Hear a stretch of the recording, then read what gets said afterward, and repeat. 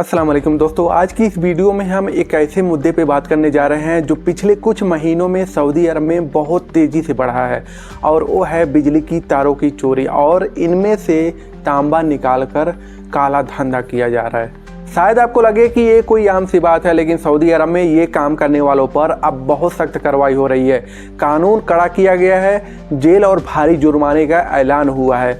इसलिए अगर कोई भी ऐसा काम करता है या करने की सोचता है तो उसे समझ लेना चाहिए कि अब बच निकलना आसान नहीं।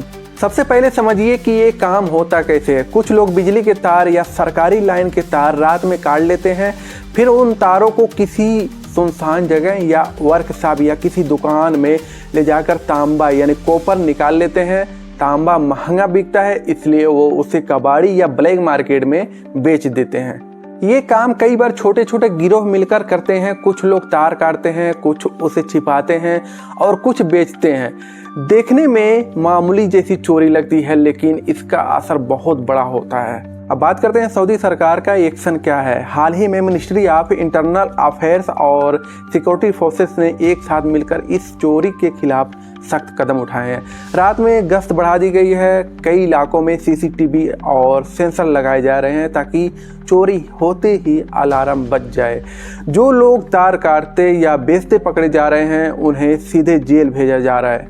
अच्छा, इसमें मैं ये भी बता दूं कि मेरे साथ क्या हुआ है। हकीकत में मेरा कपिल कुछ लोहा जो तकरीबन 50 किलो के आसपास में था मुझे दिया था, तो मुझे पता था कि कहाँ बिकता है और इससे कुछ पैसे निकल आएंगे। मैं गाड़ी में लोड किया और बेचने चल दिया। बहुत ज़माने के बाद गया था, पहले बहुत तकरीबन 2 साल पहले गया था और फिर तकरीबन 10 दिन पहले गया था। तो मुझसे इकामा नंबर मांगा गया और गाड़ी का जो नंबर प्लेट नंबर होता है वो नोट किया गया।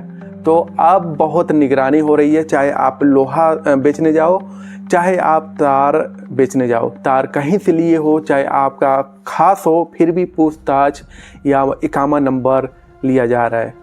सऊदी कानून के मुताबिक सरकारी वायर चोरी करना या नुकसान पहुंचाना गंभीर अपराध है। अगर कोई चोरी करते पकड़ा जाता है तो उसे जेल और भारी जुर्माना दोनों का सामना करना पड़ सकता है। कुछ मामलों में 5 साल तक की कैद और 1 लाख सऊदी रियाल तक का जुर्माना लगाया जा सकता है। अगर कोई गैरकानूनी तौर पर तांबा खरीदते या बेचते पकड़ा जाए तो उसे भी समान सजा मिलती है।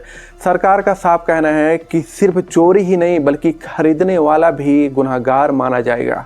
कई लोगों का ये सोच है कि अगर वो तांबा कबाड़ी वाले को बेच देंगे तो उन्हें कोई पकड़ नहीं पाएगा। ये पहले था, अभी ऐसा बिल्कुल नहीं है। सरकार ने सभी कबाड़ी और मेटल स्क्रैप वालों को रजिस्टर करना अनिवार्य कर दिया है। अब कोई भी तांबा बिना पहचान और लाइसेंस के नहीं खरीद सकता। अगर किसी कबाड़ी के पास चोरी का तांबा मिला तो उसका कारोबार बंद कर दिया जाएगा हमेशा के लिए और मालिक को जेल हो सकती है। पिछले कुछ महीनों में सऊदी अरब में कई जगहों पर बड़ी कार्रवाई की गई है। रियाद में कुछ मजदूरों के एक ग्रुप को गिरफ्तार किया गया जिन्होंने बिजली के तार काटकर तांबा निकाला था। जिद्दा में भी एक वर्कशॉप पर छापा पड़ा जहां चोरी के तारों को पिघलाकर तांबा निकाला गया। दमाम और मक्का में भी ऐसे कई मामले पकड़े गए और इन सभी को जेल भेजा गया और लाखों रियाल का जुर्माना लगाया गया।